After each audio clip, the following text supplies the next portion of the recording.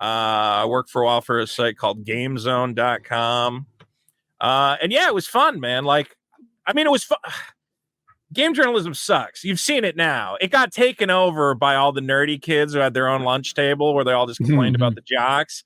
And they're like, when we're working at the magazines, we're going to make it just for us. And it got completely taken over by activists and losers. But for a while, it was like really fun and cool. And I'm sad to see what has happened to video game journalism. Like, nobody reads these websites anymore because it's all a bunch of dorks and losers writing this stuff. I don't even know what the big video game journalism sites are. Like IGN, I guess, GameSpot, Kotaku are still the big two. Steam reviews. That Polygon site's going strong, but then like half of them just keep falling off because they keep hiring the same cabal of losers and morons to write think pieces about how Halo relates to indigenous welfare in the modern state. And you're like, no one wants to read that. Oh, I hate that. Boo. That sucks. Why women in video games should be fatter and uglier? Opinion piece. And it's like, what? We need characters that represent us. All characters should be the fat and ugly women in video games. There should be no ugly characters.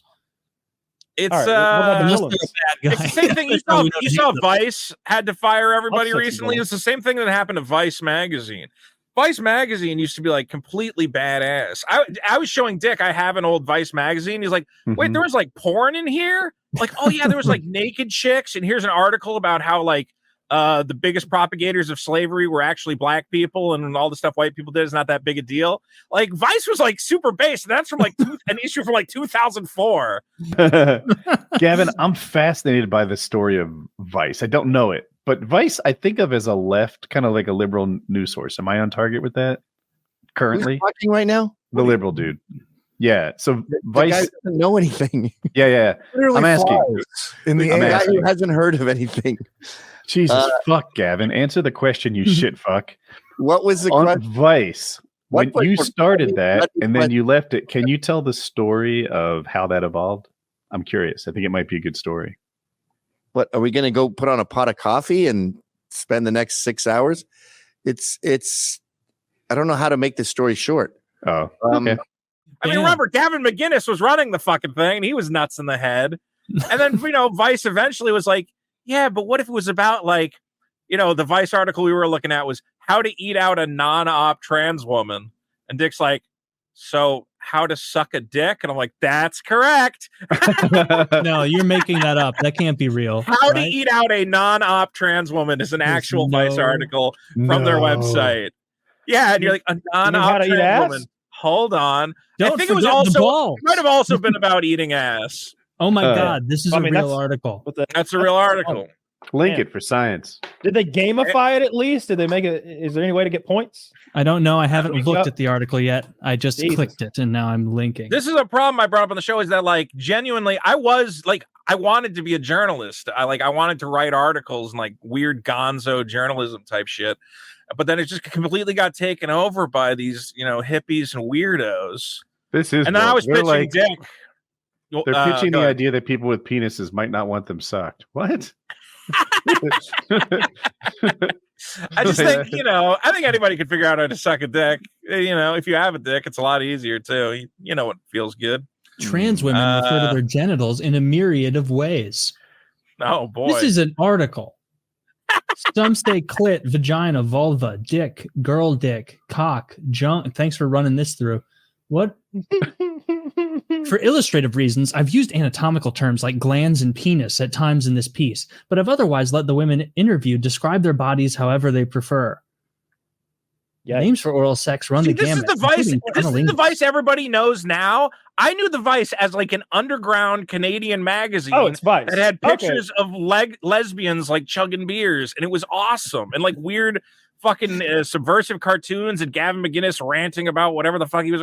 Like, Vice was so cool. Clearly, they're under new management. Wait, but have you considered this? Mara, a trans woman in Chicago, says her description for the act depends on the situation. Quote, I'm pretty flexible in what I use. Sometimes I like it rougher and will say things like, I want you to suck my dick now. And other times it's very sweet. Wow. So that's very womanly language. Here's some. This confuses me. Very flowery. Listen carefully. depending on what she likes done with her testes, you can either leave them alongside her clit or tickle and stroke them.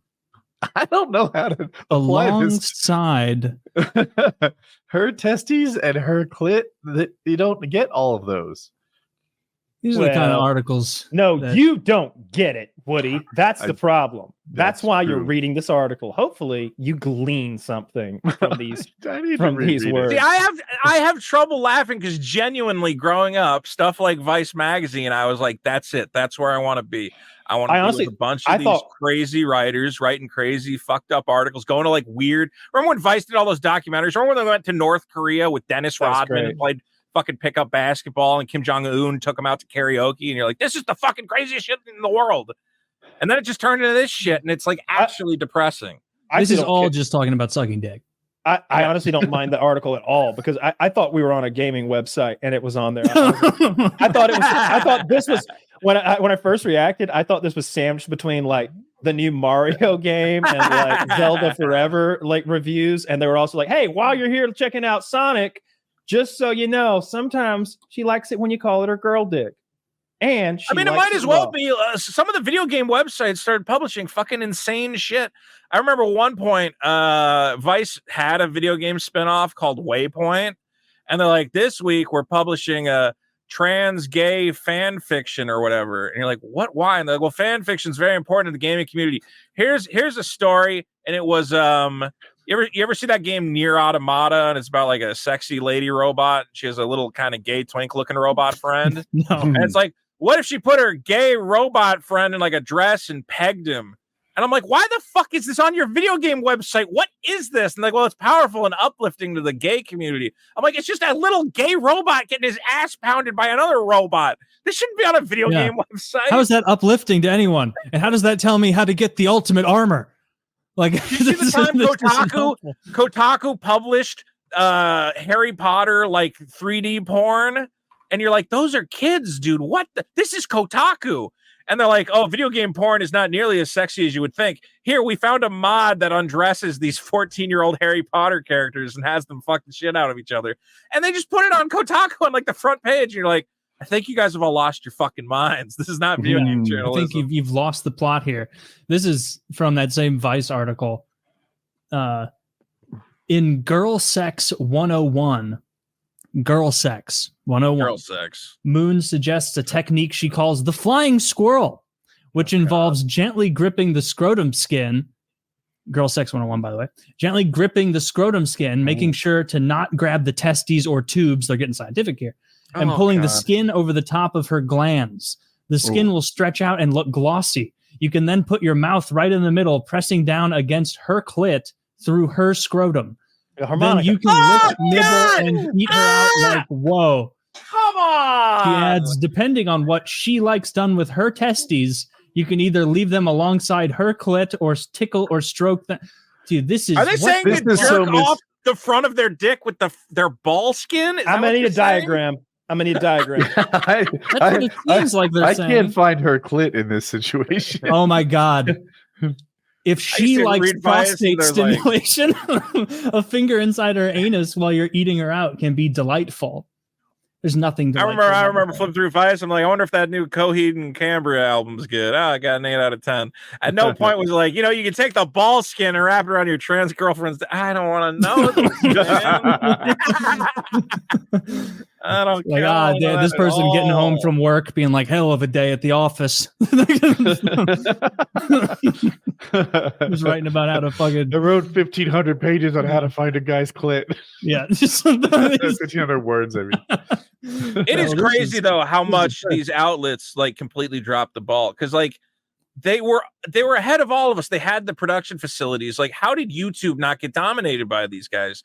If they just hired some guys with talent to pump out podcasts and like videos, it would have been fine. But they had to hire all their stupid activist buddies to write like these crazy transsex articles, and you're like, what are you doing? You're bleeding money. No one is reading this shit. It's crazy.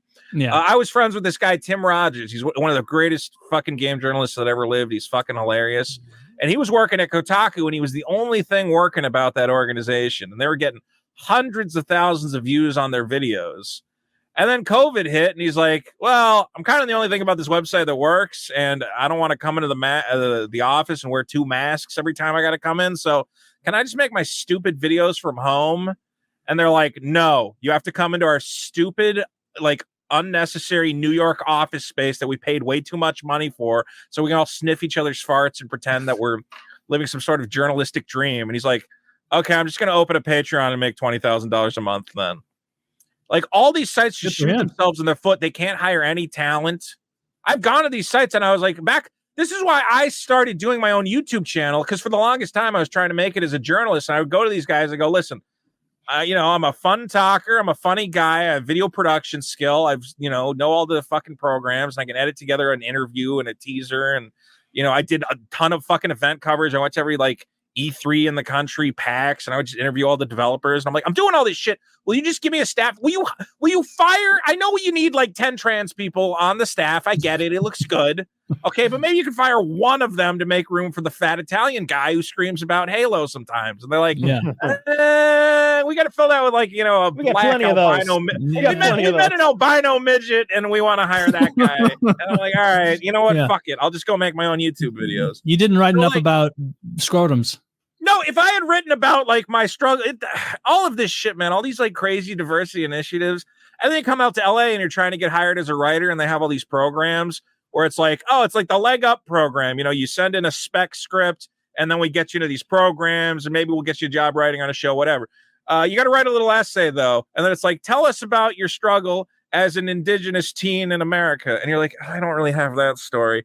They're like, what makes you a diverse voice? And I'm like, I'm just like a fat white guy, man. I don't fucking know. Yeah. They're not interested in how good your writing is or the kind of content you can produce. You need to check. No, it doesn't matter at all. I've had people in Hollywood say, man, you're a really good writer. Just my boss told me we can't hire any white guys right now. And I'm like, yeah, cool.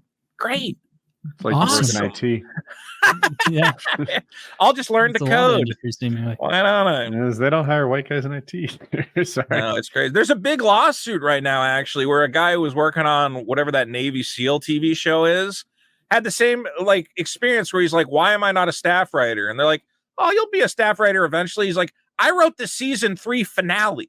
Like, I've written so many episodes of the show, and they're like, yeah, but we got a new black guy, and then we got another new black guy. We got to translate, we got to hire like a bunch of those. Eventually, we'll make you a staff writer.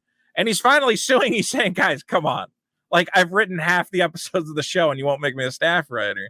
That's absurd. I'm hoping that it works out for him because these quota-based hiring things.